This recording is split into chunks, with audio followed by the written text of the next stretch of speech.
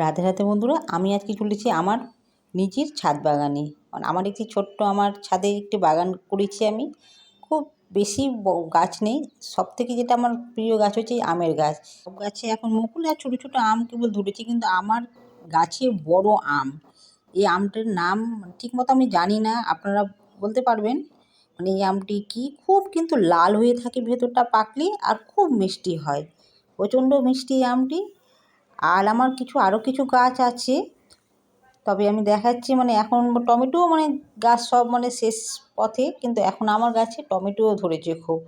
কিন্তু টমেটোর সাইজটা কিন্তু খুব বেশি বড় হয়নি, ছোট ছোট সাইজের টমেটো। এই দেখুন, থোকা থোকা হয়ে টমেটো ধরেছে, আর টমেটোগুলো হলুদ হতে শুরু করেছে, আর কয়েকদিন পরে একবার লাল হয়ে যাবে। এই টমেটোটা খুব লাল টুকটুকে হয় একেবারে, এত সুন্দর কালারটি আসে, আর ধরেও কিন্তু অনেকটা। আর গাছের সাইজটা দেখছেন কি বড়, আমার চেয়েও লম্বা হয়ে গেছে। এত ভালো লাগে নিজের ছাদে যেটুকু পারা যায় গাছ লাগিয়ে যদি একটু যেটুকুই জিনিস পাওয়া যায় সেটুকুই মনে হয় ধন্য। আর এই ফুলটি আপনারা অনেকে চেনেন, আর আমি আজকে বলে দিচ্ছি এই ফুলটি কি। এটা আসলে ফুল না, এটা হচ্ছে জোয়ানের গাছ।